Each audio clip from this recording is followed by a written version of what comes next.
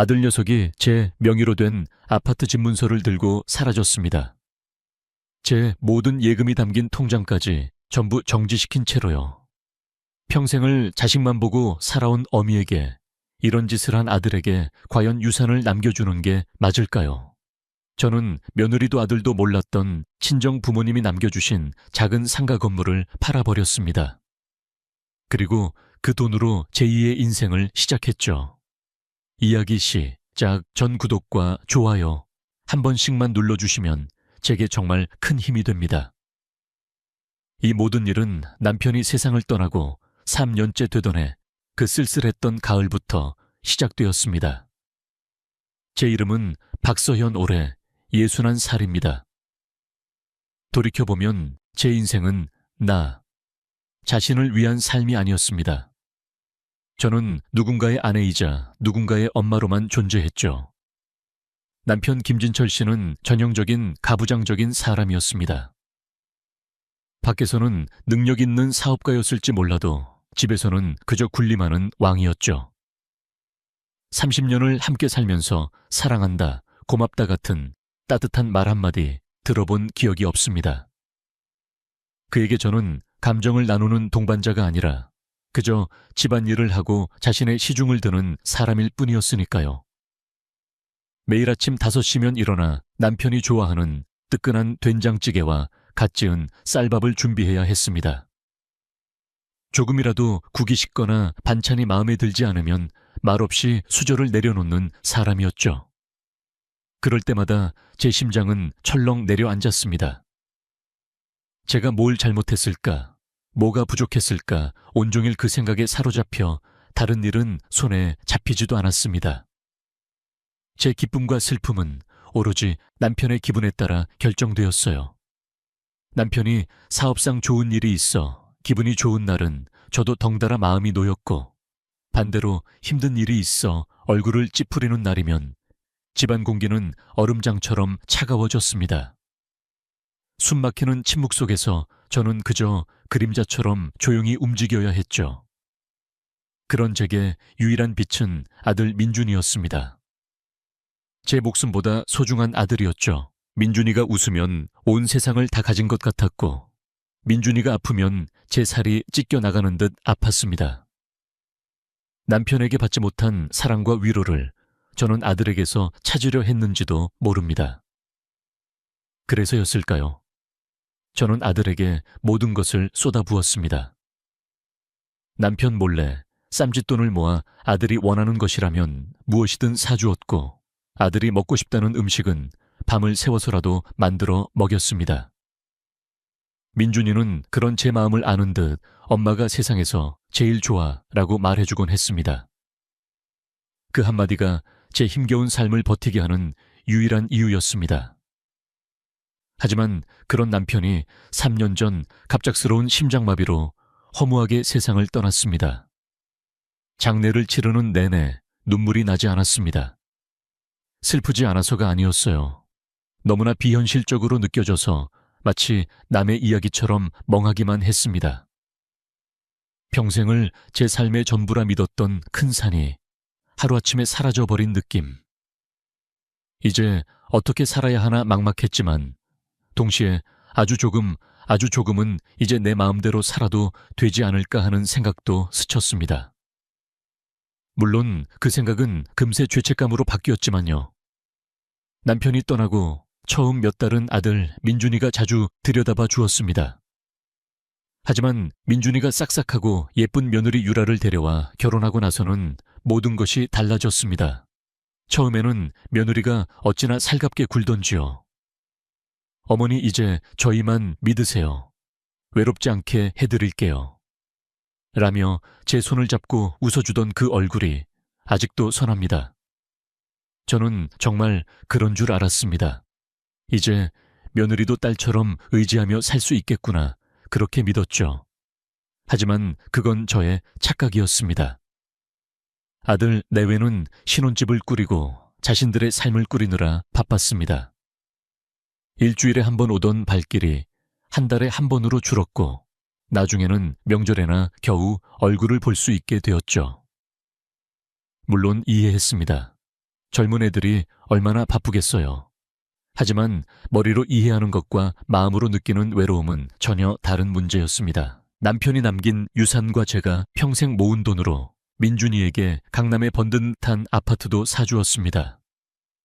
제 노후는 남편이 남긴 연금과 이 작은 빵집으로 어떻게든 되겠지 싶었어요.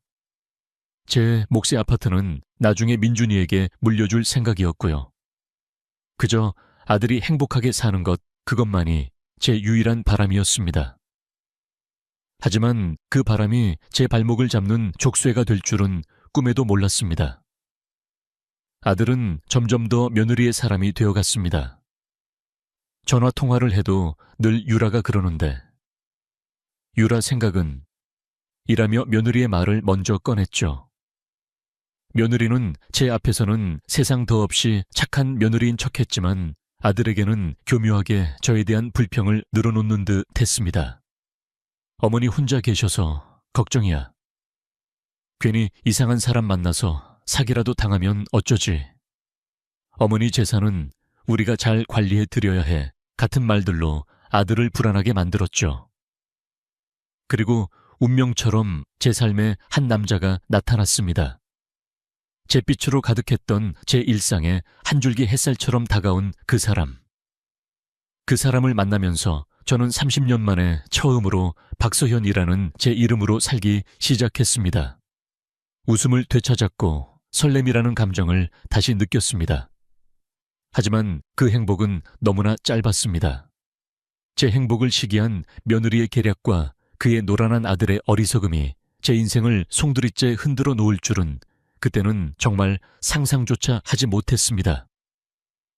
이 억울하고 기가 막힌 이야기는 제가 동네 문화센터의 도예교실 문을 열면서부터 본격적으로 시작됩니다.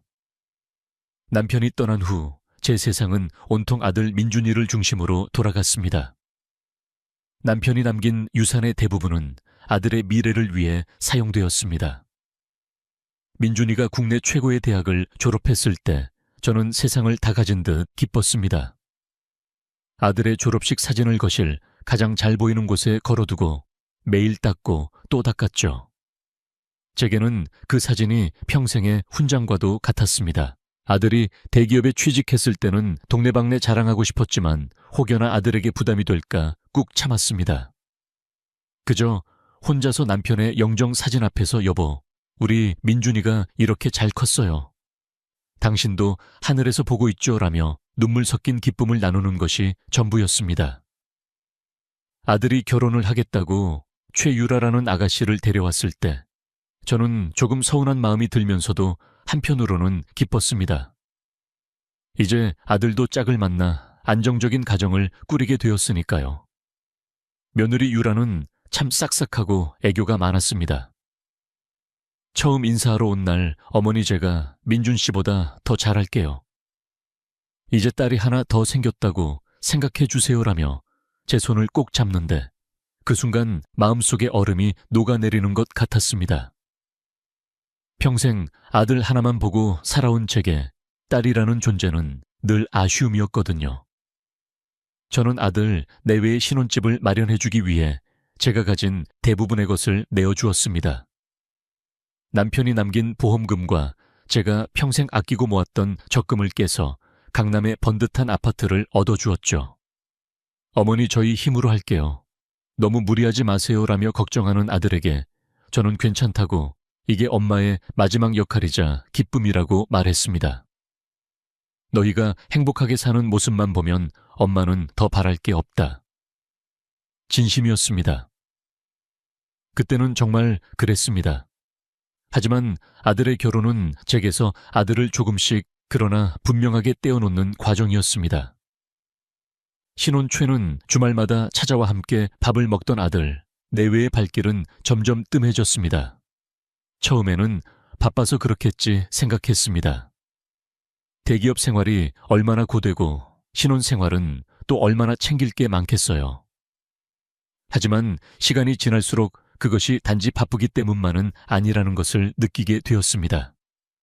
전화 통화에서 민준이의 목소리는 늘 피곤함에 지쳐 있었고 대화의 대부분은 며느리 유라의 이야기였습니다. 유라가 주말에는 좀 쉬고 싶어 해서, 유라가 친구들이랑 약속이 있어서, 아들은 더 이상 저와 시시콜콜한 이야기를 나누지 않았습니다.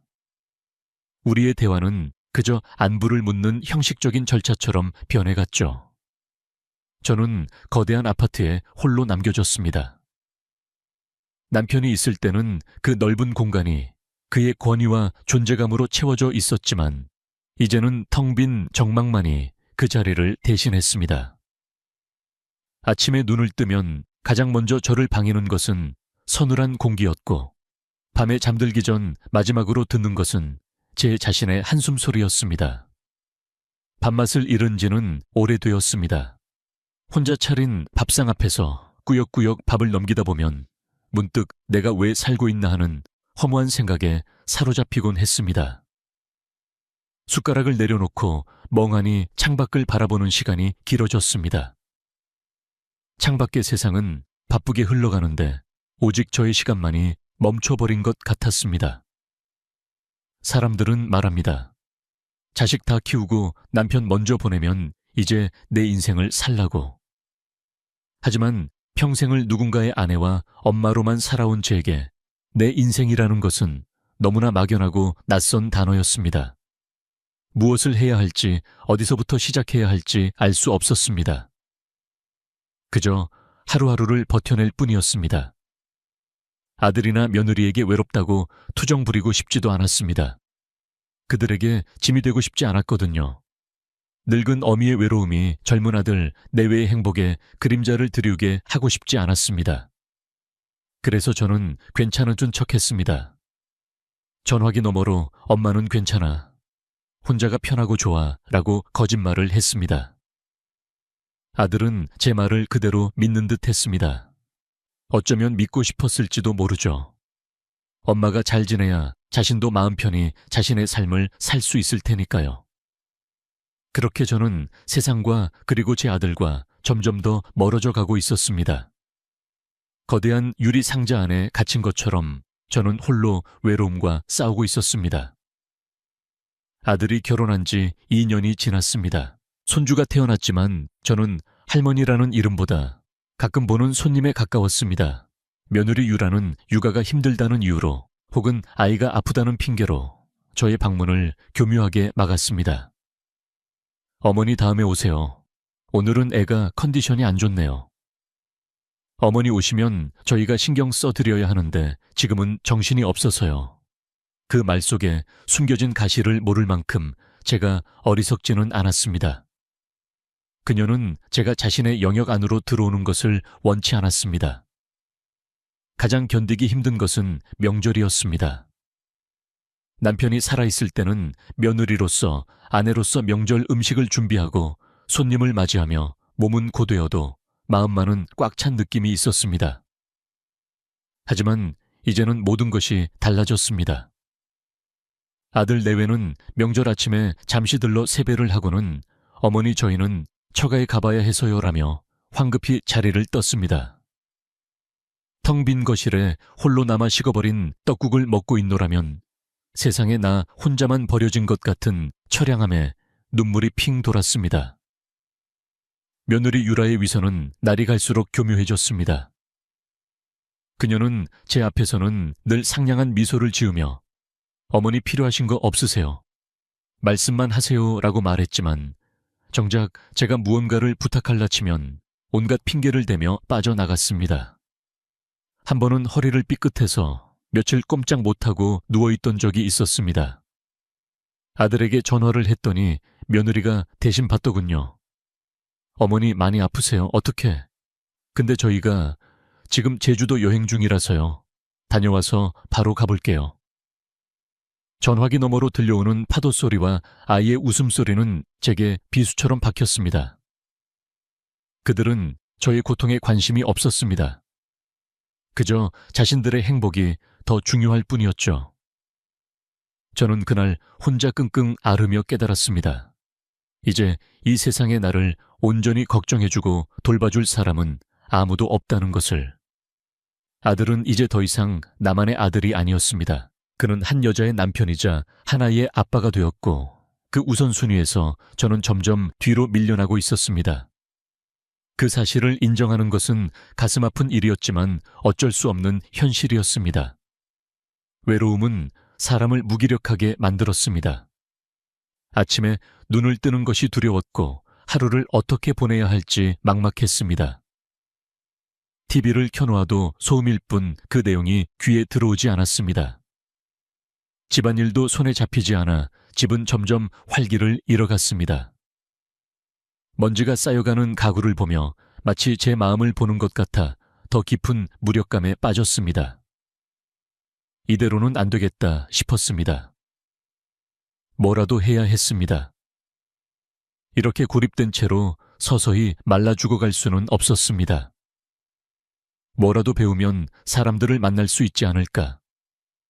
그런 생각에 동네 문화센터의 전단지를 뒤적이기 시작했습니다. 노래교실, 서예교실, 요가교실.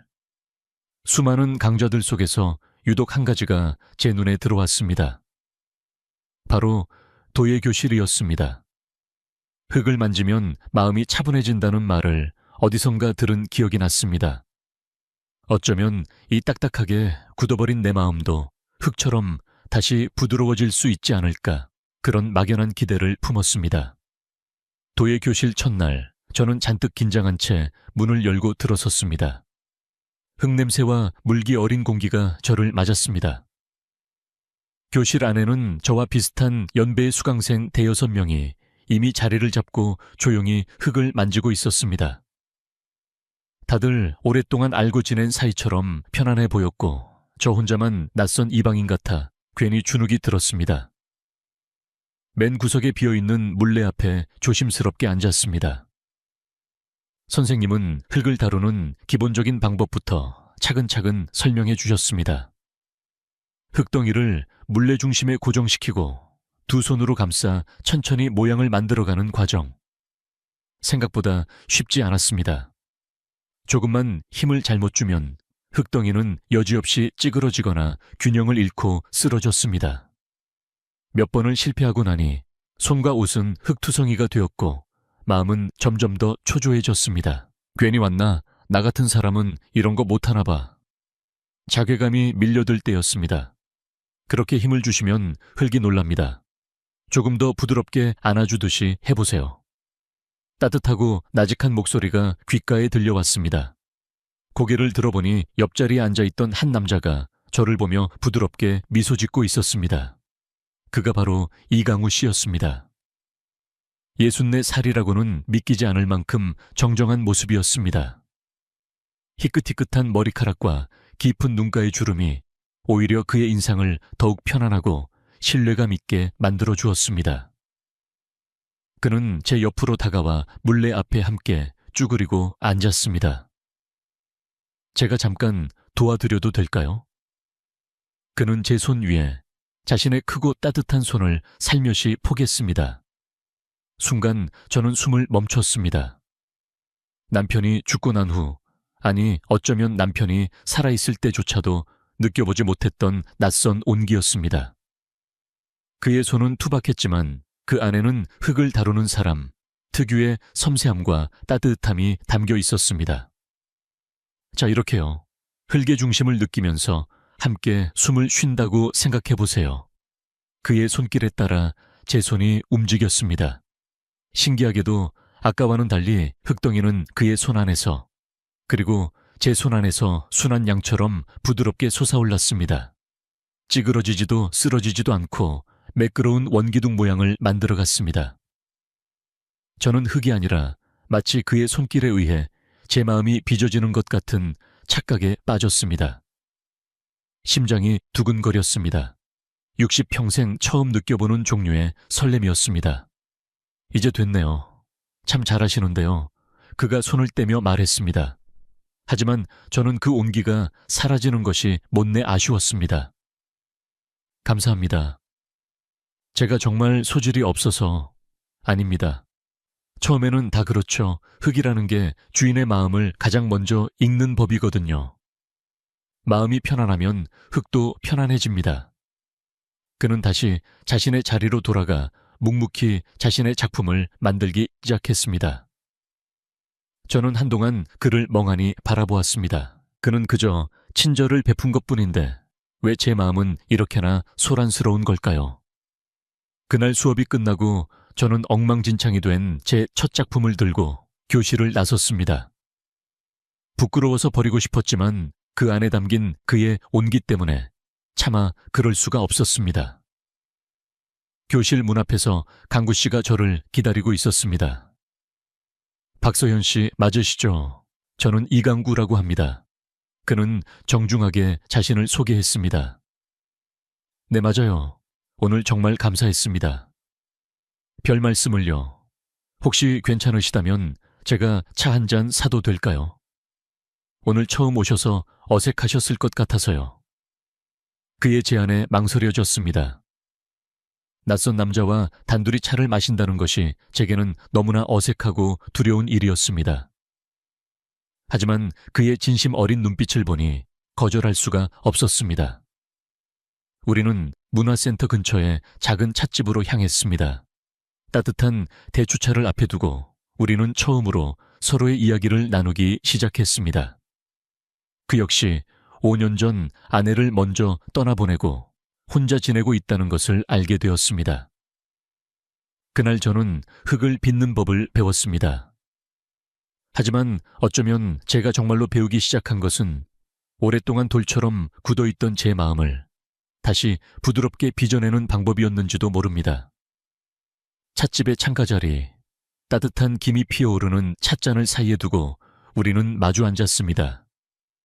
처음에는 어색한 침묵이 흘렀습니다.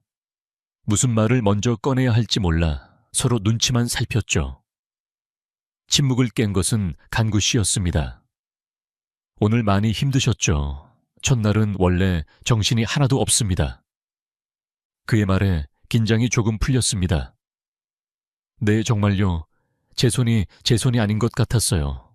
TV에서 볼 때는 쉬워 보였는데. 제가 멋쩍게 웃으며 말하자 그도 따라 웃었습니다. 그의 웃음소리는 참 편안했습니다.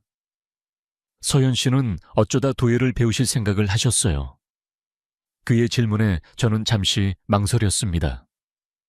제 속 깊은 이야기를 만난 지 몇 시간 되지 않은 이 남자에게 털어놓아도 될까? 하지만 그의 눈빛은 재촉하지 않고 저의 대답을 묵묵히 기다려주고 있었습니다. 그냥 집에만 있기 너무 답답해서요.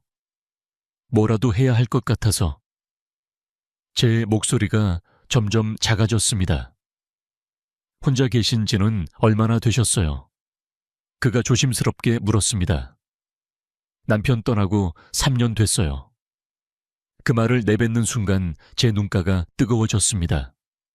3년이라는 시간이 흘렀지만 남편의 부재는 여전히 제게 생생한 현실이었습니다. 그러셨군요. 저는 아내 보낸 지 5년 됐네요. 그의 목소리에도 옅은 슬픔이 묻어났습니다. 우리는 같은 아픔을 가진 사람들이었습니다. 배우자를 먼저 떠나보내고 홀로 남겨진 사람들. 그 사실 하나만으로도 우리는 보이지 않는 끈으로 연결된 것 같았습니다. 혼자 지내는 거 익숙해질 만도 한데 가끔씩 사무치게 외로울 때가 있어요.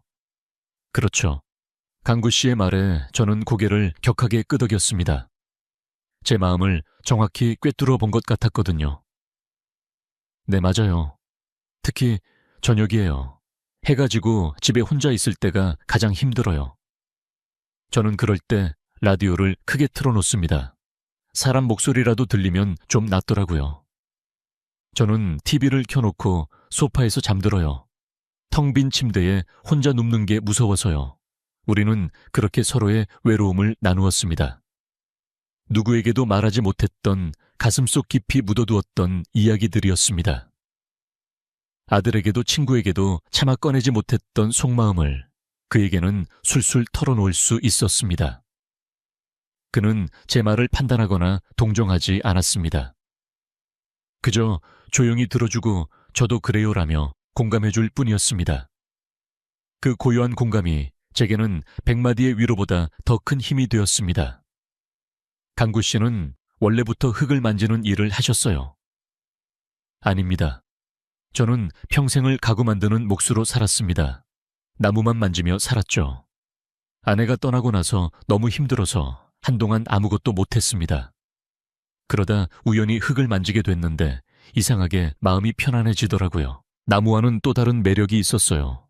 그는 자신의 투박한 손을 내려다보며 말했습니다.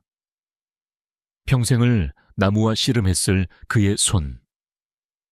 그 손이 오늘 제 손을 잡아주었을 때 느꼈던 따뜻함이 다시 떠올랐습니다. 우리의 대화는 시간 가는 줄 모르고 이어졌습니다. 자식 이야기 좋아했던 음식 이야기, 이제는 희미해진 젊은 날의 꿈 이야기까지. 마치 오래전부터 알고 지낸 친구처럼 우리는 편안하게 서로의 삶을 나누었습니다.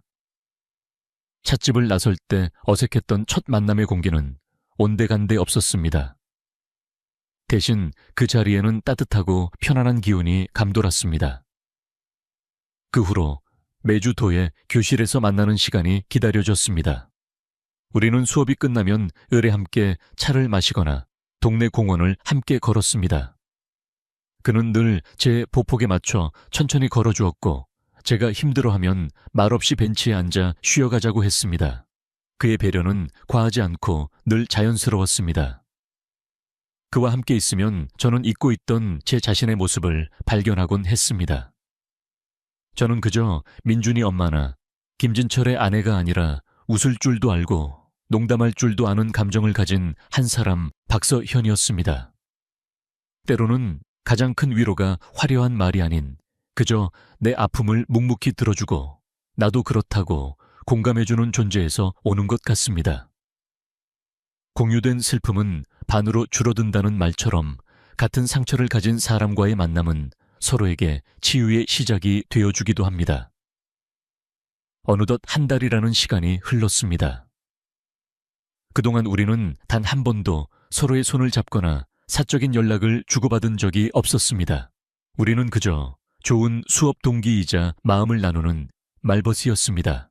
하지만 제 마음속에서는 이름 모를 감정들이 조금씩 싹트고 있었습니다. 그를 만나러 가는 날 아침이면 괜히 거울을 한 번 더 들여다보게 되고 그가 칭찬 한마디라도 해주면 하루 종일 기분이 좋았습니다. 이것이 단순한 호감인지 아니면 그 이상의 감정인지 저는 혼란스러웠습니다. 그리고 그 혼란스러운 감정의 실체를 확인하게 되는 날이 생각보다 빨리 찾아왔습니다. 어느덧 계절은 가을의 문턱을 넘어서고 있었습니다. 도의 실력은 여전히 이 제자리 걸음이었지만 간구 씨와 함께하는 시간 덕분에 제 마음은 하루가 다르게 풍요로워지고 있었습니다. 우리는 이제 수업이 없는 날에도 가끔 만나 함께 산책을 하거나 동네의 작은 식당에서 소박한 점심을 먹는 사이가 되었습니다. 하지만 우리는 여전히 조심스러운 선을 넘지 않았습니다. 서로에게 이성적인 호감을 느끼고 있다는 것을 어렴풋이 알고 있었지만 누구도 먼저 그 마음을 표현하지 않았습니다. 어쩌면 우리는 이 편안하고 소중한 관계가 깨어질까봐 두려웠는지도 모릅니다. 그러던 어느 주말 오후 간구 씨에게서 조심스러운 제안이 왔습니다. 서연 씨, 혹시 주말에 시간 괜찮으시면 제 작업실에 한번 구경 오시겠어요? 그의 목소리에는 낯선 긴장감이 서려 있었습니다. 작업실이요. 네, 제가 평생을 보낸 곳입니다. 서연 씨에게 꼭 한번 보여드리고 싶어서요. 그의 이 작업실이라는 공간은 제게 미지의 세계였습니다. 평생을 나무와 함께 살아온 한 남자의 삶이 고스란히 녹아있는 곳. 그곳에 저를 초대한다는 것은 그가 제게 자신의 가장 깊은 내면을 보여주겠다는 의미처럼 들렸습니다. 저는 망설일 이유가 없었습니다. 네, 좋아요. 가보고 싶어요. 약속한 날 저는 설레는 마음으로 그가 알려준 주소로 향했습니다. 그의 작업실은 도시 외곽의 한적한 곳에 자리 잡고 있었습니다. 낡았지만 정갈하게 관리된 작은 공방이었습니다. 문을 열고 들어서는 순간 향긋하고 깊은 나무 냄새가 저를 감쌌습니다. 작업실 안은 온갖 종류의 나무와 연장들로 가득했습니다. 잘 다듬어진 목재들이 벽에 기대어 있었고 바닥에는 그의 열정을 증명하듯 톱밥이 수북이 쌓여 있었습니다. 그리고 그 중심에 작업용 앞치마를 두른 강구 씨가 서 있었습니다. 도예 교실에서 보던 모습과는 전혀 다른 전문가로서의 그의 모습은 낯설면서도 무척이나 매력적이었습니다. 그는 평생을 한 분야에 몰두해온 장인 특유의 단단한 아우라를 풍기고 있었습니다. 어서 오세요. 누추한 곳까지 와주셔서 감사합니다. 그는 쑥스러운 듯 웃으며 저를 맞았습니다. 아니에요. 정말 멋진데요. 나무 냄새가 너무 좋아요. 그는 작업실 구석구석을 제게 소개해 주었습니다. 수십 년은 좋게 되어 보이는 낡은 대패, 그의 손때가 묻어 반질반질해진 망치, 그리고 그가 직접 만들었다는 아름다운 가구들까지. 그의 설명 하나하나에는 나무에 대한 깊은 애정과 자부심이 담겨 있었습니다. 저는 그의 이야기에 매료되어 시간 가는 줄 몰랐습니다. 이건 제 아내를 위해 만들었던 겁니다. 그가 작업실 한쪽에 놓인 작은 흔들의자를 가리키며 말했습니다. 아내가 살아있을 때 햇살 좋은 오후면 늘 저 의자에 앉아 뜨개질을 하곤 했다고요. 그의 목소리에는 아내에 대한 그리움이 짙게 배어 있었습니다. 저는 말없이 그의 옆에 서서 그 의자를 바라보았습니다. 한참 동안 작업실을 구경하고 나서 그는 저를 작업실 안쪽에 있는 작은 휴게 공간으로 이끌었습니다. 그곳에는 그가 직접 만든 아담한 원목 테이블과 의자가 놓여 있었습니다. 그는 직접 내린 따뜻한 커피와 함께 작은 나무 상자 하나를 제 앞에 조심스럽게 내려놓았습니다. 이게 뭐예요? 서연 씨를 생각하며 만들어 봤습니다. 저는 떨리는 손으로 상자를 열었습니다. 그 안에는 정교하게 조각된 아름다운 목련꽃 모양의 나무 브로치가 들어 있었습니다. 목련은 제가 가장 좋아하는 꽃이었습니다. 언젠가 산책하며 무심코 했던 말을 그가 기억하고 있었던 것입니다. 너무 예뻐요. 제 목소리가 떨려 나왔습니다. 브로치에서는 그의 작업실에서 나던 것과 똑같은 깊고 향긋한 나무 냄새가 났습니다. 그 어떤 보석보다도 제게는 값지고 소중하게 느껴졌습니다. 서연 씨와 닮은 것 같아서요. 겉은 단아하고 부드럽지만 속은 단단하고 굳은 점이요. 그의 말에 제 심장이 쿵 하고 내려앉았습니다. 그는 저를 그렇게 보고 있었던 것입니다. 그 순간 우리는 더 이상 감정을 숨길 수 없었습니다. 그의 눈빛 저를 바라보는 그의 따뜻한 시선이 모든 것을 말해주고 있었습니다. 그는 천천히 손을 뻗어 테이블 위 제 손을 잡았습니다. 이번에는 더 이상 망설임이 없었습니다. 그날 이후 우리의 관계는 급속도로 가까워졌습니다. 우리는 더 이상 수업이 끝나기를 기다릴 필요가 없었습니다. 생각이 나면 전화를 걸었고 보고 싶으면 만났습니다. 함께 영화를 보고 맛집을 찾아다니고 때로는 차를 타고 멀리 교회로 나가 가을 단풍을 구경하기도 했습니다. 60평생 잊고 살았던, 아니 처음부터 존재하지 않았던 것 같은 연애라는 것을 저는 뒤늦게 시작하고 있었습니다. 그와 함께 있으면 저는 소녀가 된 것 같았습니다. 그의 칭찬 한마디에 얼굴이 빨개지고 그의 손이 스치기만 해도 심장이 두근거렸습니다. 아침에 눈을 뜨면 가장 먼저 그의 문자가 와 있는지 확인했고 잠들기 전 마지막 순간까지 그와 통화를 하며 하루를 마무리했습니다. 제 삶은 그를 만나기 전과 후로 완전히 나뉘었습니다. 잿빛이었던 제 세상은 총천연색으로 물들기 시작했습니다. 저는 변하기 시작했습니다. 밥맛이 돌아왔고 밤에 잠도 잘 잤습니다. 늘 무표정했던 얼굴에는 웃음이 피어났습니다. 거울을 보는 횟수가 늘었고 외출하기 전에는 옷을 몇 번씩 갈아입으며 신경을 썼습니다. 엄마, 요즘 얼굴이 좋아지셨어요. 무슨 좋은 일 있으세요? 오랜만에 집에 들른 아들, 민준이가 신기하다는 듯 물었을 때 저는 뜨끔했지만 애써 태연한 척했습니다. 그냥 요즘 운동을 좀 해서 그런가 봐. 하지만 제 작은 행복을 가장 먼저 눈치챈 것은 며느리 유라였습니다. 그녀의 감각은 동물적으로 날카로웠습니다. 어느 주말 아들 내외가 집에 왔을 때였습니다. 저는 평소와 달리 정성껏 음식을 준비하고 집안도 화사하게 꾸며놓았습니다. 제 기분이 좋으니 집안 분위기도 덩달아 밝아졌죠. 식사를 하는 내내 유라는 저를 유심히 관찰했습니다. 그녀의 미소 띤 얼굴 뒤에 숨겨진 차가운 계산을 저는 미처 읽지 못했습니다. 어머니 요즘 정말 좋아 보이세요. 꼭 사랑에 빠진 사람 같아요. 유라가 농담처럼 던진 말에 저는 사례가 들릴 뻔했습니다. 무슨 소리야. 이 나이에 무슨 사랑은. 제가 손사래를 치며 웃어넘기자 그녀는 의미심장한 미소를 지으며 말했습니다. 왜요 어머니? 요즘은 황혼 로맨스도 대세인데요. 혹시 좋은 분이라도 만나시는 거 아니에요? 그녀의 말에는 농담 이상의 날카로운 무언가가 있었습니다. 마치 제 속을 다 들여다보고 떠보는 것 같아 등골이 서늘해졌습니다. 그날 이후 유라의 감시는 더욱 심해졌습니다. 예고 없이 전화를 걸어 어머니 지금 어디세요? 라고 묻는가 하면 불쑥 집에 찾아와 저를 놀라게 하기도 했습니다. 그녀는 제 주변을 맴돌며 제 행복의 근원을 캐내려 했습니다. 그리고 그녀는 아들 민준이의 귀에 의심의 씨앗을 심기 시작했습니다. 어느 날 밤 민준이에게서 전화가 왔습니다. 평소와 달리 목소리가 딱딱하게 굳어 있었습니다.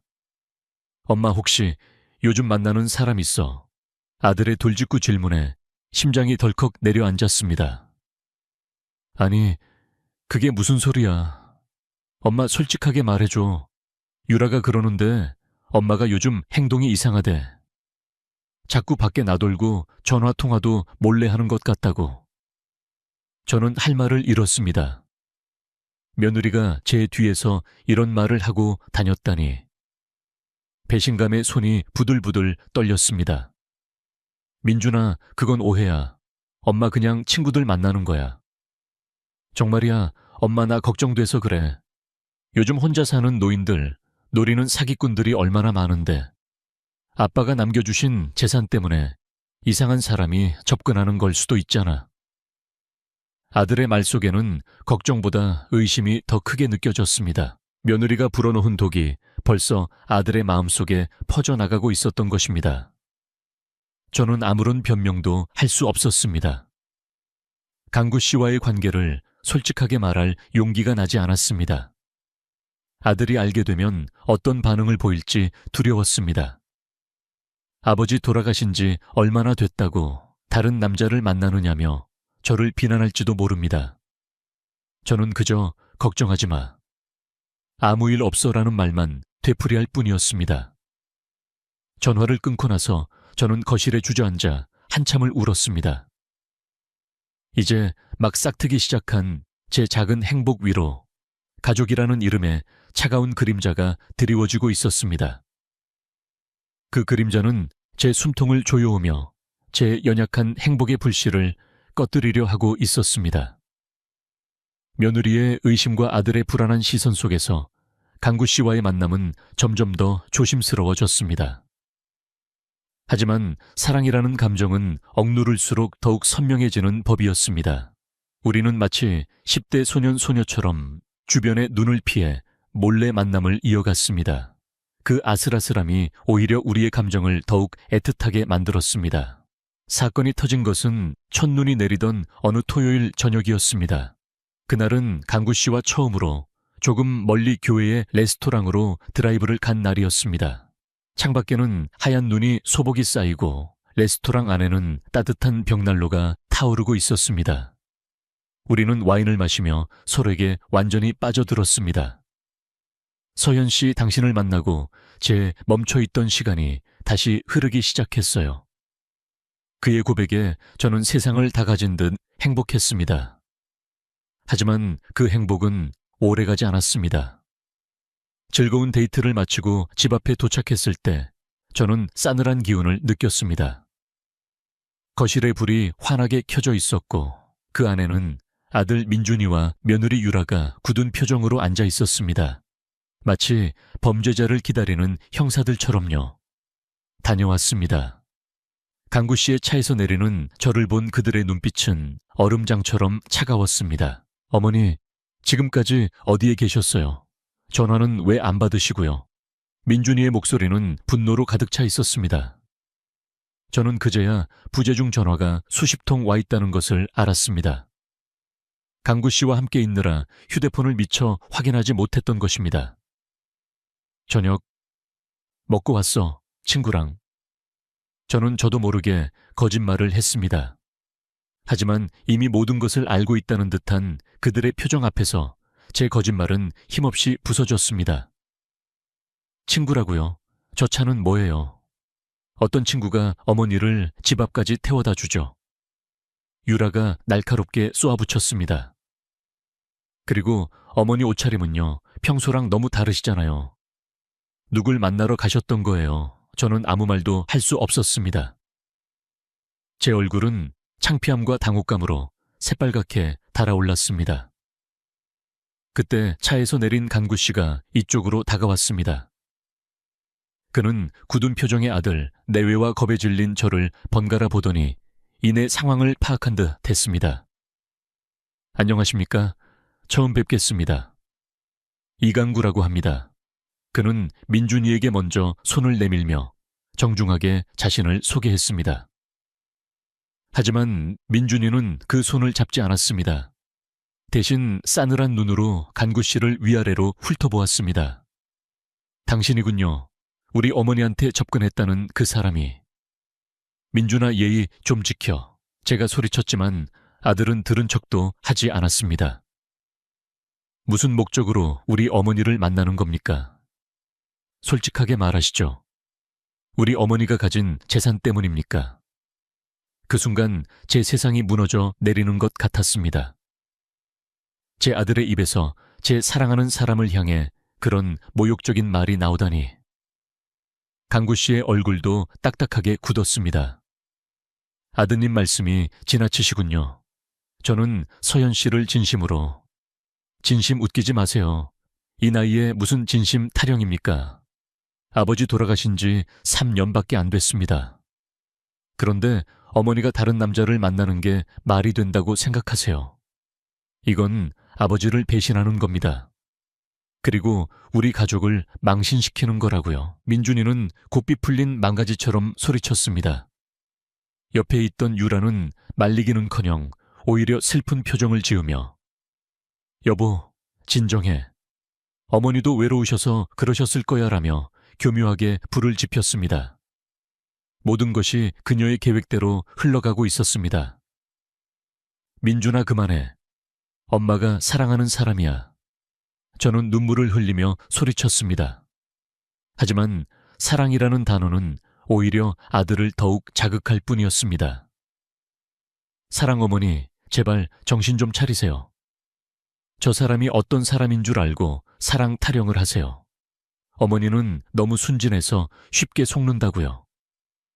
그날 밤 제 집 앞은 차가운 눈발 속에서 벌어진 한바탕의 전쟁터였습니다.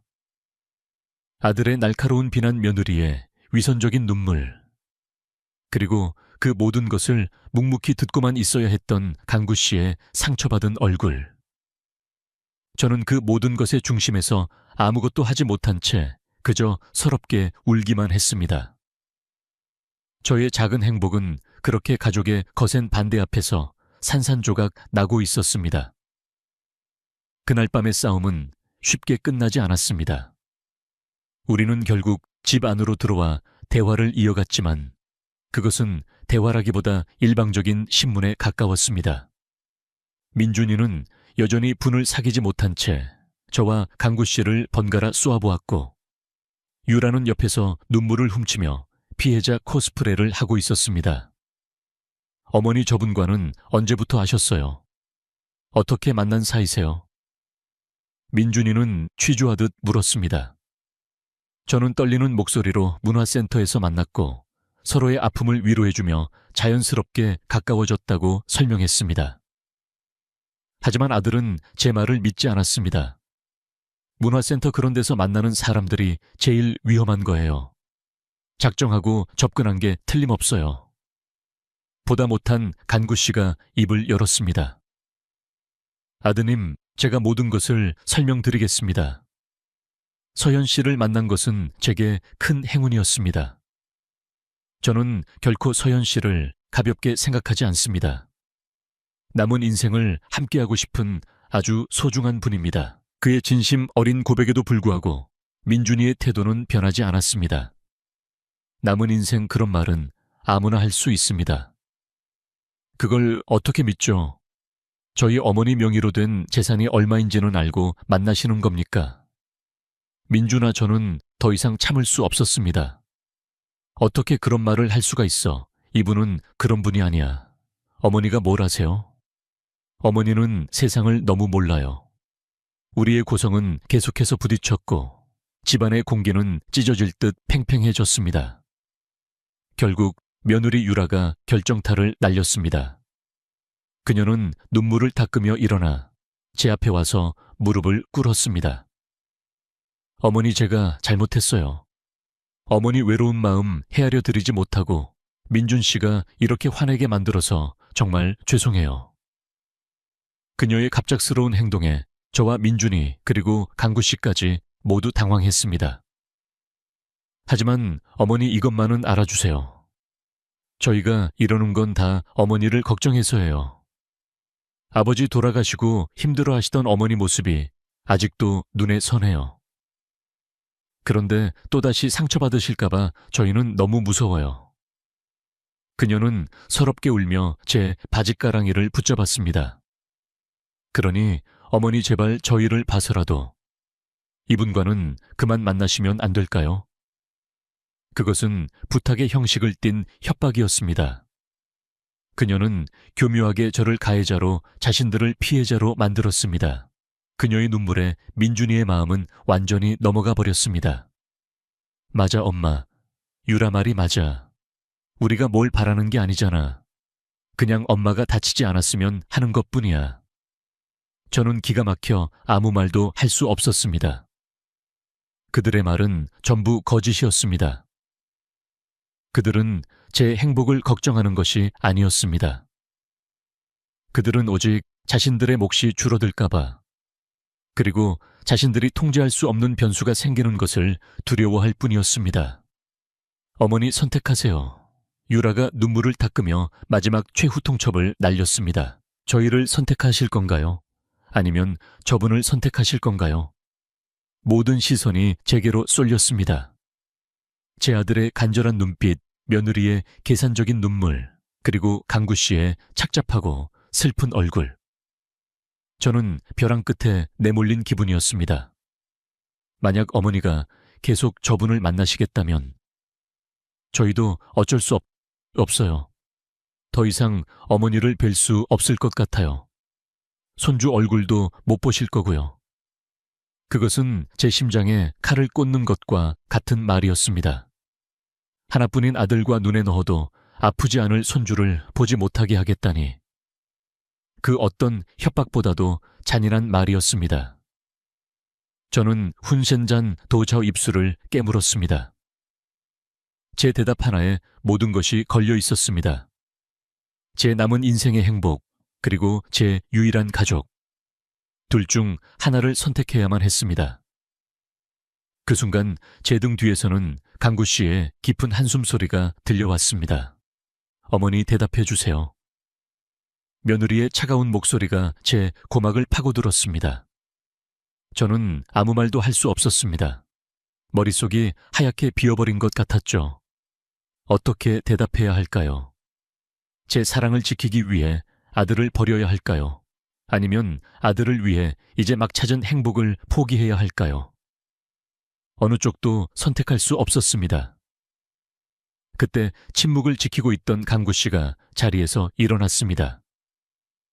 그는 깊게 허리를 숙여 제게 말했습니다. 서연 씨, 오늘 제가 너무 큰 실례를 했습니다. 아드님과 며느님께도 죄송합니다. 그리고 그는 민준이와 유라를 향해 돌아섰습니다. 두 분의 마음 충분히 이해합니다. 오늘은 이만 물러가겠습니다. 그는 더 이상 저를 힘들게 하고 싶지 않았던 것입니다. 그는 제게 짧은 눈인사를 건네고 무거운 발걸음으로 현관을 나섰습니다. 쾅! 하고 닫히는 문소리가 제 심장을 내리치는 것 같았습니다. 간구 씨가 떠나자 집안에는 승리의 기운과 함께 불편한 침묵이 감돌았습니다. 유라는 그제야 눈물을 그치고 만족스러운 표정을 숨기지 못했고, 민준이는 여전히 화가 풀리지 않은 얼굴로 저를 쏘아보고 있었습니다. 엄마 이제 아셨죠? 저분과는 끝내세요. 다시는 만나지 마세요. 아들의 말은 명령이었습니다. 저는 대답할 기력조차 없었습니다. 그저 고개를 떨군 채 소파에 주저앉았습니다. 그날 이후 제 삶은 다시 잿빛으로 돌아갔습니다. 저는 강구 씨에게 연락할 수 없었습니다. 아들과 며느리는 마치 감시자처럼 매일 저에게 전화를 걸어 일과를 확인했습니다. 도예 교실도 그만두어야 했습니다. 어머니 그런 데는 위험해요. 그냥 집에서 쉬세요. 며느리의 말은 부드러웠지만 그 안에는 날카로운 통제가 숨어 있었습니다. 저는 다시 거대한 유리 상자 안에 갇히고 말았습니다. 강구 씨가 너무나 보고 싶었습니다. 그의 따뜻한 목소리, 편안한 미소, 저를 안아주던 단단한 품이 사무치게 그리웠습니다. 밤마다 그의 생각에 잠 못 이루고 눈물로 베개를 적셨습니다. 하지만 아들과 손주를 볼모로 잡힌 저는 아무것도 할 수 없었습니다. 저는 점점 시들어갔습니다. 다시 밥맛을 잃었고 웃음을 잃었습니다. 집안은 다시 차가운 침묵에 잠겼습니다. 아들 내외는 자신들의 뜻대로 되자 안심한 듯 다시 발길이 뜸해졌습니다. 그들은 제 행복을 빼앗아간 후에야 비로소 저를 내버려 두었습니다. 그러던 어느 날 저는 결심했습니다. 이대로 죽은 듯이 살 수는 없다고. 아들의 반대가 두렵고 세상의 시선이 무섭지만 제 남은 인생을 이렇게 포기할 수는 없었습니다. 저는 용기를 내어 강구 씨에게 전화를 걸었습니다. 수화기 너머로 그의 목소리가 들려오는 순간 저는 울음이 터져 나왔습니다. 서현 씨, 괜찮으세요? 그의 목소리는 걱정으로 가득 차 있었습니다. 우리는 한참 동안 아무 말 없이 서로의 숨소리만 들었습니다. 그것만으로도 큰 위로가 되었습니다. 보고 싶어요. 제가 어렵게 입을 열었습니다. 저도 정말 보고 싶었습니다. 우리는 다시 만나기 시작했습니다. 이번에는 아들 내외 몰래 더 은밀하게. 그것이 위험한 불장난 같아 두렵기도 했지만 한번 맛본 행복을 다시 놓을 수는 없었습니다. 하지만 세상의 비밀은 없는 법일까요? 우리의 재회는 금세 며느리 유라의 귀에 들어갔습니다. 그녀가 어떻게 알았는지는 지금도 알 수 없습니다. 그녀는 분노에 차서 제게 전화를 걸었습니다. 어머니 저희와의 약속을 어기셨네요. 정말 실망이에요. 그리고 그녀는 상상조차 할 수 없었던 가장 잔인한 방식으로 저를 공격하기 시작했습니다.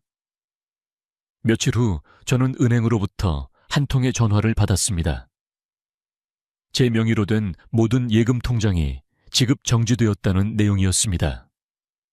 무슨 소리냐고 묻는 제게 은행원은 아들 김민준 씨가 법적 대리인 자격으로 요청한 것이라고 설명했습니다.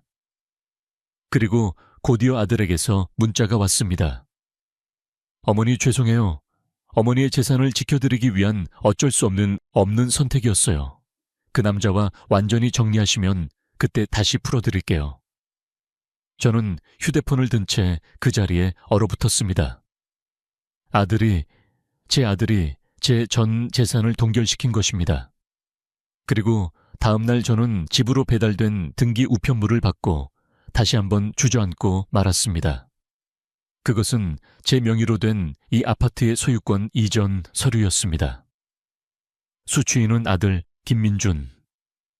제가 오래전 혹시 모를 일을 대비해 아들에게 주었던 인감도장과 위임장을 이용해 아들이 아파트의 명의를 자신의 이름으로 돌려놓은 것이었습니다. 세상이 무너져 내렸습니다.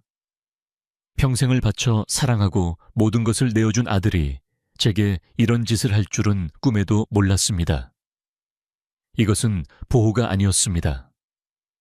명백한 배신이자 재산을 무기로 저를 통제하려는 잔인한 폭력이었습니다. 제 아들은 며느리의 조종에 넘어가 돈 때문에 어미의 가슴에 칼을 꽂은 페류나가 되어버린 것입니다. 때로는 자식에 대한 사랑이 부모의 눈을 멀게 하고 그릇된 믿음으로 이어지기도 합니다. 자식이 나를 지켜줄 것이라는 믿음, 자식이 내 편일 것이라는 믿음. 하지만 그 믿음이 가장 날카로운 비수가 되어 돌아올 때 부모의 세상은 속절없이 무너져 내립니다. 그 순간 저는 제 인생에서 가장 깊은 절망의 나락으로 떨어졌습니다. 모든 것을 잃었다고 생각했습니다. 하지만 제 아들은 한 가지 사실을 잊고 있었습니다. 아무리 몰아붙여도 벼랑 끝에 선 어미에게는 상상도 못할 힘이 숨겨져 있다는 것을요. 온몸의 감각이 마비되는 듯 했습니다. 아들의 배신은 단순한 실망을 넘어 제 존재 자체를 부정당하는 듯한 깊은 절망감을 안겨주었습니다. 평생을 바쳐 키운 아들이, 제 삶의 유일한 이유였던 아들이 돈 때문에, 그리고 교활한 며느리의 속삭임 때문에 어미의 숨통을 조여온다는 현실은 그 어떤 비극보다도 잔인했습니다. 통장 지급정지 통보를 받았을 때만 해도 저는 어떻게든 아들을 이해해보려 애썼습니다. 그래, 아직 젊어서 세상을 잘 몰라서 그렇겠지. 어미의 재산을 지켜주려는 어리석은 방법일 뿐이겠지. 하지만 제 이름이 지워지고 아들의 이름이 새겨진 아파트 등기 서류를 마주한 순간 그 마지막 희망마저 산산조각 나고 말았습니다. 이것은 보호가 아니었습니다. 명백한 약탈이었고 부모의 마지막 존엄까지 짓밟는 폐륜이었습니다. 저는 며칠 동안 시체처럼 누워 있었습니다. 창밖으로 해가 뜨고 지는 것조차 인지하지 못했습니다. 먹지도 마시지도 씻지도 않았습니다. 살아있다는 감각 자체가 고통이었습니다. 텅 빈 아파트의 정막은 마치 거대한 관처럼 저를 짓눌렀고 간간히 울리는 전화벨 소리는 저승사자의 부름처럼 섬뜩하게 들렸습니다. 아마 아들이나 며느리였겠지요. 자신들의 계략이 성공했는지, 제가 얼마나 비참하게 무너져 내리고 있는지 확인하고 싶었을 겁니다. 저는 그 어떤 소리에도 반응할 기력이 없었습니다. 이대로 눈을 감고 다시는 깨어나지 않기를 바랄 뿐이었습니다. 그렇게 절망의 가장 깊은 바닥을 헤매고 있을 때 제게 손을 내밀어 준 것은 간구 씨였습니다. 제가 며칠째 연락이 닿지 않자 그는 불길한 예감에 한달음에 달려왔습니다. 비밀번호를 알 리 없는 그는 현관문 앞에서 몇 시간이고 저를 부르고 문을 두드렸지만 안에서는 아무런 대답도 들려오지 않았습니다. 결국 그는 119에 신고를 했고 구조대원들이 문을 강제로 열고 들어왔을 때 그는 소파에 쓰러지듯 웅크리고 있는 저를 발견했습니다. 서연 씨, 정신 좀 차려봐요. 서연 씨, 그의 절박한 목소리가 멀리서 들려오는 듯 했습니다. 저는 초점 없는 눈으로 그를 바라보았습니다. 그의 얼굴은 걱정과 안도감 그리고 분노로 뒤엉켜 있었습니다. 그는 저를 부축해 일으키려 했지만 저는 손뭉치처럼 힘없이 그의 품에 쓰러졌습니다. 그는 아무 말 없이 저를 가만히 안아주었습니다. 그의 심장 소리가 제 귓가에 규칙적으로 들려왔습니다. 쿵쿵쿵, 마치 멈춰버린 제 심장을 대신해 뛰어주는 것 같았습니다. 그 따뜻하고 단단한 품 안에서 저는 비로소 꾹꾹 눌러 참았던 울음을 터뜨렸습니다. 소리 없는 절규였습니다. 강구 씨는 제가 진정될 때까지 아무것도 묻지 않았습니다. 그저 제 등을 몰차 토닥여줄 뿐이었습니다. 한참을 울고 나서야 저는 쉰 목소리로 아들의 만행을 털어놓았습니다. 이야기를 듣는 내내 그의 표정은 굳어져 갔습니다. 제 이야기가 끝났을 때 그는 조용히 일어나 부엌으로 가더니 따뜻한 물 한 잔을 가져와 제 손에 쥐어주었습니다. 그리고 제 앞에 무릎을 꿇고 앉아 제 눈을 똑바로 바라보며 말했습니다. 서연 씨, 다 괜찮아요. 이제 다 괜찮을 거예요. 그의 눈빛은 흔들림 없이 단단했고 그 안에는 저에 대한 깊은 신뢰와 연민이 담겨 있었습니다. 돈이 없으면 어때요? 우리 둘이 벌면 되죠. 제가 평생 나무 만지며 살아서 다른 건 몰라도 굶게 하지는 않을 자신 있어요. 집이 없으면 또 어때요? 제 작업실 옆에 방 하나 내면 우리 둘이 눕기에는 충분해요. 아늑하고 나무 냄새도 좋고 아침마다 새소리도 들을 수 있어요. 이 차갑고 텅 빈 아파트보다 훨씬 나을 거예요. 그의 말은 허황된 위로나 값싼 동정이 아니었습니다. 그것은 한 남자가 한 여자에게 해줄 수 있는 가장 진실하고 현실적인 약속이었습니다. 그는 제게 잃어버린 재산을 되찾아 주겠다고 말하지 않았습니다. 대신 그는 재산보다 훨씬 더 소중한 함께하는 삶을 제안했습니다. 그 순간 저는 깨달았습니다. 제가 아들에게 빼앗긴 것은 돈이나 집이 아니라 가족이라는 이름의 신뢰와 사랑이었다는 것을. 그리고 지금 강구 씨가 제게 새로운 가족이 되어주겠다고 말하고 있었습니다. 저는 다시 눈물을 흘렸습니다. 하지만 이번에는 절망의 눈물이 아니었습니다. 깊은 어둠 속에서 한 줄기 빛을 발견한 희망의 눈물이었습니다. 고마워요. 정말 고마워요, 강구 씨. 그의 위로 속에서 저는 잃어버렸던 삶의 의지를 조금씩 되찾기 시작했습니다.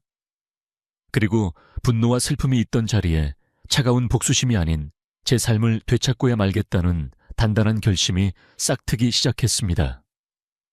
이대로 무너질 수는 없다. 나를 짓밟은 아들에게, 그리고 나를 조종한 며느리에게 보여줘야 한다. 어미의 사랑을 배신한 대가가 얼마나 큰지를. 아니, 그들보다도 나 자신에게 증명해야 한다. 박서현이라는 여자가 얼마나 강인한 사람인지를. 그때였습니다. 제 머릿속 깊은 곳 수십 년 동안 잠들어 있던 기억의 조각이 번개처럼 떠올랐습니다. 바로 친정아버지의 유언이었습니다. 제가 결혼하던 날 아버지는 제 손을 잡고 낡은 서류 봉투 하나를 쥐어주셨습니다. 서연아, 이건 아비가 너에게 주는 마지막 선물이다. 내 남편에게도 그 누구에게도 말하지 말고 내 인생이 정말 힘들고 막막할 때 그때 열어보거라. 저는 그 봉투를 장롱 가장 깊숙한 곳에 넣어두고 까맣게 잊고 살았습니다. 남편의 그늘 아래서 아들의 행복이 제 행복이라 믿으며 사는 동안 저만의 비상금이 필요하다는 생각조차 해본 적이 없었으니까요. 저는 마치 홀린 사람처럼 비틀거리며 일어나 장롱으로 향했습니다. 수십 년 된 낡은 장롱문을 열자 희미한 조명 냄새와 함께 잊혔던 과거의 시간들이 쏟아져 나오는 듯 했습니다. 옷가지들을 헤치고 손을 깊숙이 넣어 더듬자 손끝에 바스락거리는 봉투의 감촉이 느껴졌습니다. 떨리는 손으로 봉투를 꺼내 열었습니다. 그 안에는 서울 변두리의 작은 3층짜리 상가 건물에 등기관리증이 들어있었습니다. 순간 숨이 멎는 것 같았습니다. 돌아가신 아버지가 수십 년 전에 아버지가 벼랑 끝에 선 딸을 위해 마지막 동아줄을 내려주신 것만 같았습니다. 아버지는 이미 알고 계셨던 걸까요? 제가 언젠가 남편도 자식도 없는 세상에 홀로 남아 제 힘으로 일어서야 할 날이 올 것이라는 것을. 눈물이 쏟아졌습니다. 아버지에 대한 그리움과 감사함, 그리고 제 어리석음에 대한 회한이 뒤섞인 눈물이었습니다. 강구 씨가 제 어깨를 감싸 안았습니다. 저는 그의 품에 기댄 채 낡은 등기관리증을 부서져라 움켜쥐었습니다. 이것은 단순한 건물이 아니었습니다. 이것은 저의 새로운 시작을 위한 날개이자 저를 배신한 세상에 날리는 가장 통쾌한 한 방이었습니다. 아들과 며느리는 저의 모든 것을 빼앗았다고 생각하며 안심하고 있겠지요. 하지만 그들은 몰랐을 겁니다. 가장 중요한 것은 그들이 결코 빼앗을 수 없는 곳에 숨겨져 있었다는 사실을, 그리고 이제 그 숨겨진 힘이 깨어날 시간이라는 것을. 다음 날 아침 저는 완전히 다른 사람이 되어 있었습니다. 밤새 저를 짓누르던 절망의 무게는 사라지고 그 자리에는 강철 같은 의지와 차가운 결단력만이 남았습니다. 저는 더 이상 눈물 흘리는 피해자가 아니었습니다. 제 삶의 운전대를 되찾아온 주체적인 한 인간이었습니다. 강구 씨는 그런 저의 변화를 묵묵히 지지해 주었습니다. 그는 아침 일찍 제게 따뜻한 수프를 끓여주었고 제가 식사를 마칠 때까지 조용히 옆자리를 지켜주었습니다. 그의 존재는 제게 천군만마와도 같았습니다. 가장 먼저 한 일은 수십 년간 제 재산 관리를 맡아주었던 변호사에게 연락하는 것이었습니다. 그는 아버지의 오랜 친구분이기도 했습니다. 제 자초지종을 들은 그는 친아들처럼 분노하며 당장 법적 조치를 취하자고 말했습니다. 아들이 위임장을 이용해 재산을 빼돌린 것은 명백한 범죄 행위였기에 소송을 걸면 충분히 되찾을 수 있다는 것이 그의 설명이었습니다. 하지만 저는 고개를 저었습니다. 아니요, 변호사님. 저는 소송을 원치 않아요. 제 아들을 법정에 세우고 싶지는 않습니다. 대신 제 인생에서 그 아이를 완전히 도려내고 싶어요. 제 단호한 목소리에 변호사는 잠시 침묵하더니 이내 제 뜻을 이해한 듯 고개를 끄덕였습니다. 저는 그에게 상가 건물의 매매를 위임했고 동시에 아들이 더 이상 제 재산에 어떠한 법적 영향력도 행사할 수 없도록 하는 모든 법적 절차를 진행해달라고 부탁했습니다. 또한 제가 아들에게 증여할 아파트에 대한 법적 서류 준비도 함께 요청했습니다. 모든 것을 일사천리로 진행하기로 했습니다. 건물은 생각보다 빨리 팔렸습니다. 급매로 내놓은 덕분이기도 했지만 워낙 입지가 좋은 곳이라 사겠다는 사람이 바로 나타났습니다. 며칠 후 제 새로운 통장에는 상상도 못할 액수의 돈이 입금되었습니다. 하지만 저는 그 숫자를 보며 기뻐하기보다 오히려 씁쓸한 마음이 들었습니다. 이 돈이 있었다는 것을 조금만 더 일찍 깨달았더라면 제 삶이 달라졌을까요? 남편의 눈치를 보지 않고 아들에게 맹목적으로 희생하지 않고 조금 더 제 자신을 위해 살 수 있었을까요? 하지만 후회는 의미가 없었습니다. 중요한 것은 지금 제 손에 새로운 삶을 시작할 수 있는 강력한 무기가 쥐어졌다는 사실이었습니다. 그리고 마침내 결전의 날이 왔습니다. 저는 가장 단정하고 값비싼 옷으로 갈아입었습니다. 더 이상 초라한 늙은 어미의 모습이 아니었습니다. 강구 씨는 제 손을 꼭 잡아주며 나는 밖에서 기다리고 있을게요. 당신은 혼자가 아니에요 라고 속삭여 주었습니다. 그의 응원에 힘입어 저는 혼자서 아들의 집으로 향했습니다. 초인종을 눌렀을 때 문을 열고 나온 며느리 유라는 저를 보고 유령이라도 본 듯한 표정을 지었습니다. 그녀의 눈에는 어떻게 여기에 돈도 없이 쫓겨난 줄 알았는데 라는 당혹감이 역력했습니다. 그녀는 저의 값비싼 옷차림과 이전과는 비교할 수 없이 당당하고 차가운 기세에 완전히 압도당한 듯 보였습니다. 민준이 좀 만나야겠다. 제 목소리는 낮았지만 그 안에는 거스를 수 없는 힘이 실려 있었습니다. 그녀는 저항 한번 못하고 비켜섰고 저는 성큼성큼 거실로 들어섰습니다. 잠시 후 안방에서 나온 민준이 역시 저를 보고 말을 잃었습니다. 며칠 사이에 완전히 다른 사람이 되어 나타난 제 모습에 그는 본능적인 위기감을 느끼는 듯 했습니다. 우리는 마지막으로 그 집의 소파에 마주 앉았습니다. 그들이 저를 신문하던 바로 그 자리였습니다. 하지만 이제 갑과 을의 위치는 완전히 뒤바뀌어 있었습니다. 저는 가방에서 밤새 정성껏 쓴 편지와 변호사가 준비해준 서류 뭉치를 꺼내 테이블 위에 올려놓았습니다. 그 서류 뭉치의 두께에 아들과 며느리의 얼굴이 하얗게 질려갔습니다. 읽어봐라. 민준이는 떨리는 손으로 편지를 집어들었습니다. 저는 그가 편지를 읽는 동안 그의 얼굴에 스쳐 지나가는 모든 감정의 변화를 놓치지 않고 지켜보았습니다. 후회당혹감, 불안, 그리고 마지막에는 완전한 절망. 특히 제가 그들이 전혀 몰랐던 거액의 자산을 현금화했다는 사실을 알게 되었을 때 그의 동공은 걷잡을 수 없이 흔들렸습니다.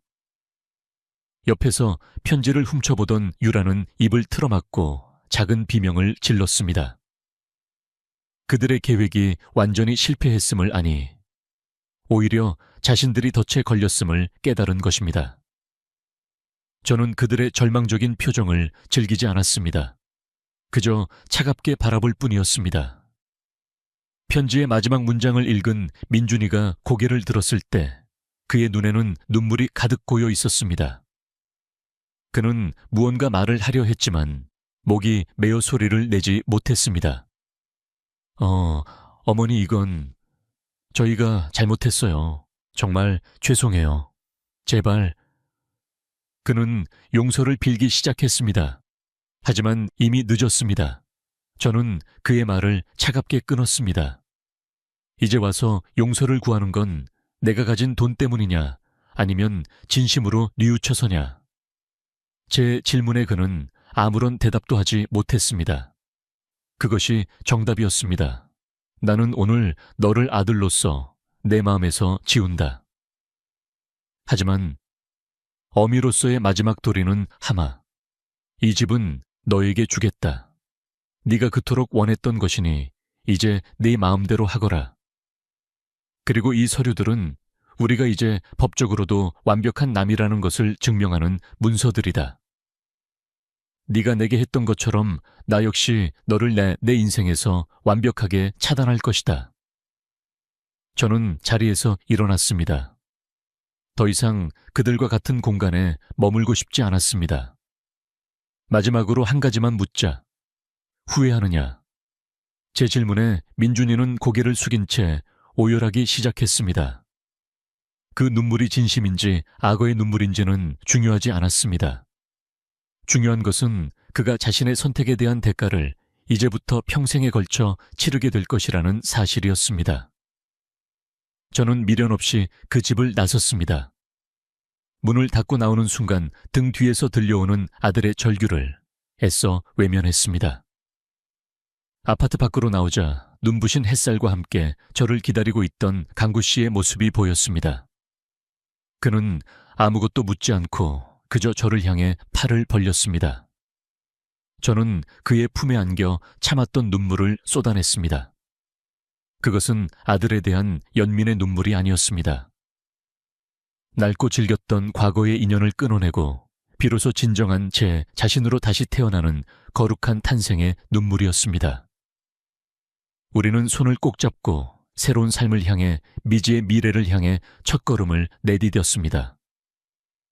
과거와의 완전한 단절은 제게 놀라운 해방감을 안겨주었습니다. 아들을 버렸다는 죄책감보다는 평생 저를 올가매던 누군가의 엄마라는 굴레에서 벗어났다는 자유로움이 더 컸습니다. 우리는 정처 없이 남쪽으로 차를 몰았습니다. 목적지는 없었습니다. 그저 이 답답한 도시를 벗어나고 싶다는 생각뿐이었습니다. 며칠간 우리는 이름 모를 해변을 거닐고 작은 시골 장터에서 사람 사는 냄새를 맡으며 낡은 여관방에서 서로의 온기에 의지해 잠이 들었습니다. 그 시간 동안 우리는 서로의 가장 깊은 상처를 보듬어주고 미래에 대한 막연한 두려움을 함께 나누었습니다. 그는 제게 단순한 연인을 넘어 제 삶의 유일한 동반자이자 가장 든든한 버팀목이 되어주었습니다. 여행에서 돌아온 후 우리는 새로운 보금자리를 꾸리기 시작했습니다. 강구 씨의 제안대로 그의 목공방이 있는 한적한 시골 마을에 터를 잡기로 했습니다.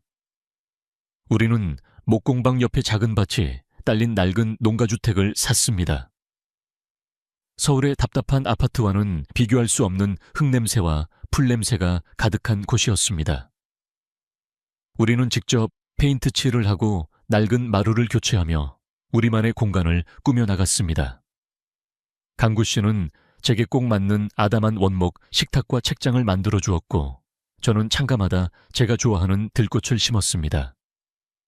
집이 완성되어 갈수록 우리의 사랑도 더욱 단단하게 여물어 갔습니다. 저는 그 집의 작은 별채에 저만의 도예의 공방을 차렸습니다. 상가 건물을 판 돈은 제게 경제적 자유뿐만 아니라 오랫동안 잊고 지냈던 꿈을 이룰 수 있는 기회를 주었습니다.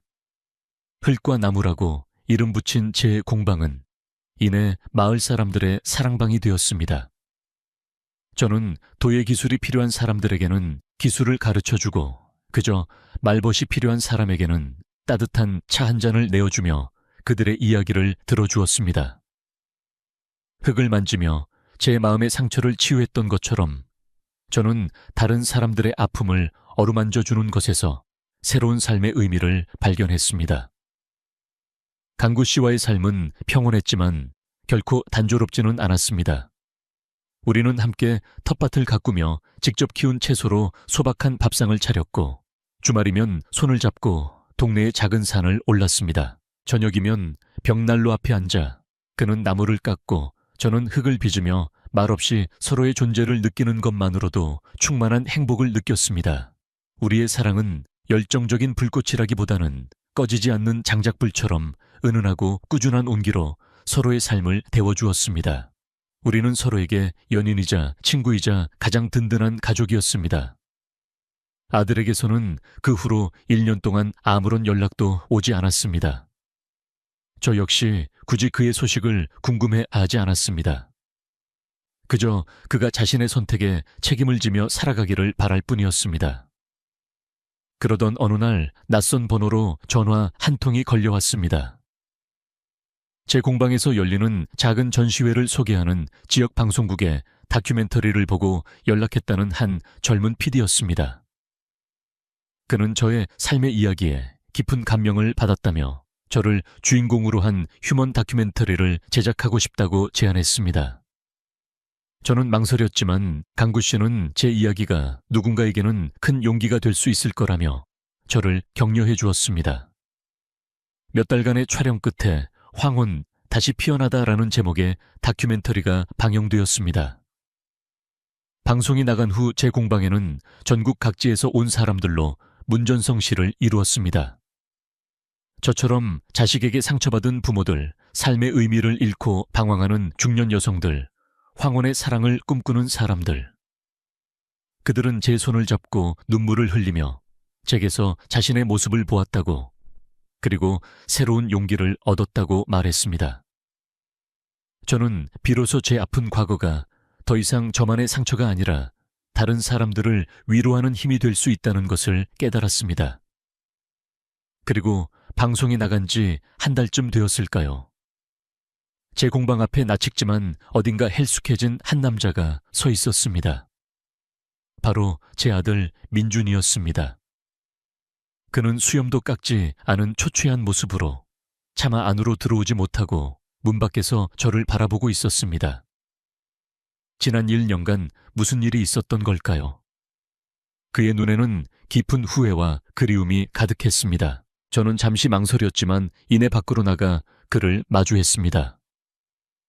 어떻게 지내니? 제 목소리가 떨려 나왔습니다. 어머니. 그가 저를 부르는 순간 그의 눈에서 굵은 눈물방울이 뚝뚝 떨어졌습니다. 그는 제 앞에 무릎을 꿇고 아이처럼 서럽게 울기 시작했습니다. 어머니, 제가 다 잘못했어요. 용서해 주세요.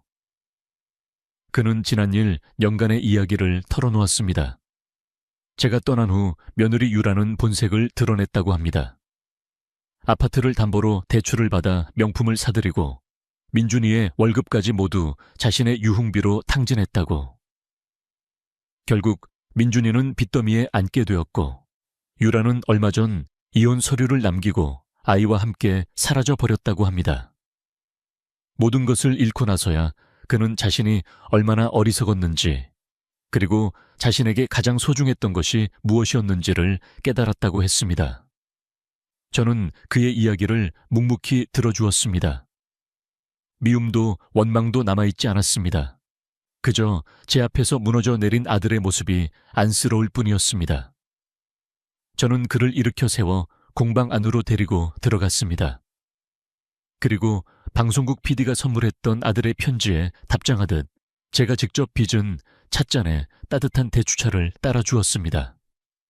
민준아, 일어나거라. 이미 다 지난 일이다.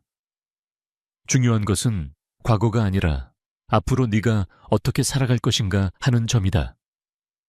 그날 우리는 아주 오랜만에 어머니와 아들로서 마주 앉았습니다. 완벽한 용서나 화해는 아니었을지 모릅니다. 하지만 우리는 서로의 상처를 확인하고 앞으로 나아갈 수 있는 작은 용기를 얻었습니다. 언젠가 아주 먼 훗날 우리는 다시 예전처럼 웃으며 이야기할 수 있는 날이 올지도 모릅니다. 저녁이 되어 저는 강구 씨와 함께 노을 지는 언덕에 올랐습니다. 아들이 다녀갔다는 이야기를 하자 그는 아무 말 없이 제 손을 더욱 꽉 잡아주었습니다. 붉게 타오르는 저녁 노을을 바라보며 저는 제 파란만장했던 삶을 되돌아보았습니다. 고통과 슬픔, 배신과 절망으로 가득했던 시간들. 하지만 그 모든 시련이 있었기에 지금 제 곁에 있는 이 사람의 소중함을, 그리고 이 평범한 일상의 행복을 더욱 깊이 느낄 수 있는 것일지도 모릅니다. 간구 씨, 고마워요. 내 인생의 마지막을 이렇게 아름답게 만들어줘서. 아니, 서현 씨, 마지막이 아니에요. 이제 시작인걸요. 그가 저를 보며 환하게 웃었습니다. 그의 미소 속에서 저는 우리의 사랑이 영원할 것임을, 그리고 우리의 행복이 이제 막 시작되었음을 예감했습니다. 황혼의 사랑은 끝이 아니라 가장 찬란한 시작이었습니다. 이 긴 이야기를 끝까지 함께 해주신 시청자 여러분, 박서현 씨의 파란만장했던 삶은 오늘을 살아가는 우리에게 어떤 깊은 울림을 남겼을까요? 이 이야기는 단순히 한 여성의 뒤늦은 로맨스를 넘어 우리 모두가 한 번쯤 고민해봐야 할 삶의 본질적인 질문들을 던지고 있습니다. 우리는 살아가면서 수많은 이름으로 불립니다. 누구의 아내, 누구의 엄마, 누구의 며느리. 그 역할에 충실하기 위해 우리는 종종 자기 자신의 이름을 잃어버리곤 합니다. 박서현 씨의 삶이 바로 그랬습니다. 그녀는 30년 넘게 김진철의 아내로, 그리고 남편이 떠난 후에는 민준이 엄마로 살았습니다. 그녀의 기쁨과 슬픔은 온전히 가족의 안위와 행복에 종속되어 있었죠. 그녀 자신 박서현이라는 한 인간이 무엇을 원하고 무엇을 꿈꾸는지 돌아볼 겨를조차 없었습니다. 하지만 가장 중요한 이름은 바로 우리 자신의 이름입니다. 이 이야기는 우리에게 잊고 있던 자신의 이름을 되찾을 용기에 대해 말하고 있습니다. 60세라는 나이 모든 것이 끝났다고 생각했던 그 절망의 순간에 그녀는 비로소 박서현으로 살아갈 것을 결심했습니다. 늦었다고 생각하는 그때가 바로 내 이름을 되찾을 가장 완벽한 시간일지도 모릅니다. 또한 이 이야기는 희생이라는 이름의 아름답고도 위험한 덫에 대해 경고합니다. 어머니의 사랑은 위대하지만 때로는 그 맹목적인 희생이 자녀를 독립적인 성인으로 성장시키는데 걸림돌이 되기도 합니다. 서현 씨는 아들을 위해 모든 것을 내어주었습니다. 그녀의 희생은 아들에게 감사함이 아닌 어머니의 모든 것은 당연히 내 건이라는 위험한 소유욕과 의존성을 키웠습니다. 결국 그 뒤틀린 마음이 며느리의 탐욕과 결합했을 때 가장 끔찍한 배신으로 돌아왔죠. 이것은 우리에게 쓰라린 교훈을 줍니다. 진정한 사랑은 무조건적인 희생이 아니라 서로의 삶을 존중하는 건강한 경계선 안에서 이루어져야 한다는 것을요. 내 삶을 온전히 바치는 것이 결코 자녀의 행복이나 효도를 보장하지 않는다는 사실을 우리는 기억해야 합니다. 그리고 무엇보다 이 이야기는 나이 들매에 대한 우리 사회의 편견에 정면으로 맞서고 있습니다. 우리 사회는 종종 나이 듦에 대해, 특히 여성의 황혼에 대해 보이지 않는 족쇄를 채웁니다. 이 나이에 무슨 사랑이냐? 자식들 보기 창피하지도 않냐는 차가운 시선 속에서 수많은 어르신들이 자신의 감정을 억누르고 외로움을 숙명처럼 받아들이며 살아갑니다. 하지만 박서현 씨와 이강우 씨의 사랑은 우리에게 묻고 있습니다. 사랑의 나이가 있습니까? 행복을 누릴 권리의 유효기간이 있습니까? 황혼의 사랑은 주책이 아니라 인생의 모든 희로애락을 겪어낸 후에야 비로소 찾아오는 가장 깊고 성숙한 영혼의 교감일 수 있습니다. 그들은 서로의 젊음이 아닌 서로의 주름과 상처를 사랑했습니다. 그것이야말로 사랑의 가장 진실한 모습이 아닐까요? 마지막으로 서현 씨의 선택은 우리에게 진정한 강함이 무엇인지 보여줍니다. 그녀는 자신을 배신한 아들에게 복수하거나 빼앗긴 재산을 되찾기 위해 법정 다툼을 벌이지 않았습니다. 대신 그녀는 자신의 삶에서 그들을 깨끗이 도려내는 길을 선택했습니다. 이것은 상처 준 사람에게 되갚아주는 것보다 훨씬 더 큰 용기가 필요한 일입니다. 진정한 독립은 나를 불행하게 만드는 과거의 인연으로부터 과감히 떠나 내 행복을 스스로 만들어 나가는 과정에 있다는 것을 그녀는 온몸으로 증명해 보였습니다. 친정 부모님이 남겨주신 상가 건물은 단순한 재산이 아니었습니다. 그것은 한 여성이 온전한 자기 자신으로 바로 설 수 있도록 돕는 존엄의 보루이자 자유를 향한 날개였던 셈입니다. 결국 이 이야기는 용기에 대한 이야기입니다. 내 이름을 되찾을 용기 불건강한 관계에 경계선을 그을. 용기 세상의 편견에 맞서 사랑할 용기, 그리고 나를 올가매는 과거로부터 떠나올 용기. 박서현 씨의 삶을 통해 오늘을 살아가는 우리 모두가 자신의 삶을 더욱 사랑하고 행복을 향해 한 걸음 더 나아갈 용기를 얻을 수 있기를 진심으로 바랍니다. 이 콘텐츠를 만든 작가로서 저는 박서현 씨의 이야기를 쓰며 참 많이 울고 또 많이 배웠습니다. 제 개인적인 생각을 10개의 문장으로 정리해 보았습니다. 이 이야기를 구상하며 저는 우리 주변에 수많은 박서현들을 떠올렸습니다. 자식에게 모든 것을 내어주고 텅 빈 노년을 보내는 어머니들의 뒷모습은 언제나 제 마음을 아프게 합니다. 아들 김민주는 악인이기보다 어리석고 나약한 인물로 그리고 싶었습니다. 현실 속 많은 자식들의 모습과 닮아있기 때문이죠. 이강우라는 인물은 제가 꿈꾸는 이상적인 황혼의 사랑, 즉 조용하지만 단단한 신뢰를 상징합니다. 숨겨진 상가 건물이라는 설정은 다소 극적이지만 여성에게 경제적 독립이 얼마나 중요한지를 상징적으로 보여주고 싶었습니다. 진정한 독립은 결국 정서적 독립과 경제적 독립이 함께 이루어질 때 완성된다고 믿습니다. 이 이야기가 비단 황혼의 세대뿐만 아니라 부모님을 둔 모든 자식 세대에게도 깊은 성찰의 계기가 되기를 바랍니다. 부모님의 희생을 당연하게 여기는 순간 우리는 모두 김민준이 될 수 있다는 경고를 담고 싶었습니다. 글을 쓰는 내내 이 이야기가 단 한 분에게라도 자신의 삶을 되찾을 작은 용기를 줄 수 있기를 간절히 기도했습니다. 박서현 씨의 여정을 따라가며 저 역시 진정한 행복은 역할이 아닌 나 자신으로 살아갈 때 비로소 시작된다는 것을 다시 한번 깨달았습니다. 본 영상에 등장하는 모든 인물 사건 배경은 시청자분들께 삶의 교훈과 감동을 전달하기 위한 교육적 목적으로 허구적으로 창작된 것입니다. 실제 특정 인물이나 단체와는 아무런 관련이 없음을 명확히 밝힙니다. 이야기의 내용에 대한 과도한 몰입이나 오해는 지양해 주시기 바랍니다. 오늘 이야기가 여러분의 마음에 작은 울림을 주었다면 댓글로 여러분의 생각과 경험을 나누어 주세요. 여러분이 박서현 씨였다면 어떤 선택을 하셨을 것 같나요? 혹은 우리 주변에 박서현들을 위해 어떤 말을 해주고 싶으신가요? 여러분의 진솔한 이야기는 누군가에게 큰 위로와 용기가 될 수 있습니다. 구독과 좋아요, 그리고 알림 설정은 제가 더 좋은 이야기를 만드는데 가장 큰 힘이 됩니다. 여러분의 삶에도 늘 따뜻한 행복이 가득하기를 기원합니다.